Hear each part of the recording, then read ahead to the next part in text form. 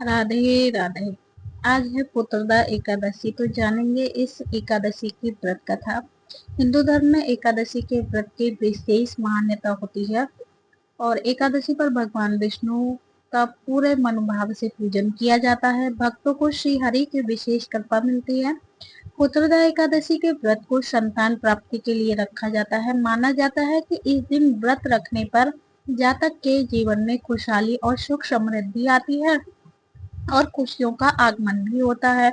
पंचांग के अनुसार श्रावण माह के शुक्ल पक्ष की एकादशी पर पुत्रदा एकादशी का व्रत रखा जाता है और पुत्रदा एकादशी की पूजा में इस व्रत की कथा पढ़ना बेहद शुभ कहा जाता है। माना जाता है कि इस कथा को पढ़े बिना व्रत अधूरा ही होता है।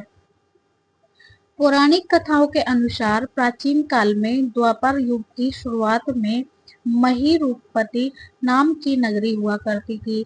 इस नगरी में महीजीत नाम के राजा का शासन था। राजा का कोई पुत्र भी नहीं था, जिसके चलते उसे अपना जीवन सुखदायक नहीं लगता था। अपनी इस उलझन को सुलझाने के लिए और पुत्र प्राप्ति के लिए राजा ने बहुत से उपाय किए, लेकिन कोई फल नहीं मिला। एक बार राजा ने सभी ऋषि मुनियों को बुलाया, सन्यासियों और विद्वानों को एकत्रित किया। राजा ने सभी से पुत्र प्राप्ति के लिए उपाय पूछे। राजा की समस्या सुनने के बाद सभी ने मिलकर के राजा को बताया कि उसने पिछले जन्म में सावन माह के शुक्ल पक्ष की एकादशी के दिन प्यासी गाय को जल पिलाने से मना कर दिया था।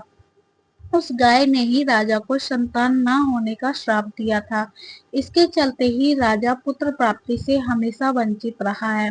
राजा को सभी ने यही सुझाव दिया कि यदि वह सावन की एकादशी का विधि पूर्वक व्रत करेगा तो उसे श्राप से मुक्ति मिल जाएगी। राजा ने सबकी बात मान ली। राजा ने पूरे मनोभाव से पुत्रदा एकादशी का व्रत रखा, पूजा संपन्न की और भगवान विष्णु से अपनी मनोकामना कही। इसके बाद राजा की पत्नी गर्भवती हुई और उन्होंने एक सुंदर पुत्र को जन्म दिया। माना जाता है कि तभी से संतान प्राप्ति के लिए पुत्रदा एकादशी का व्रत रखा जाने लगा है।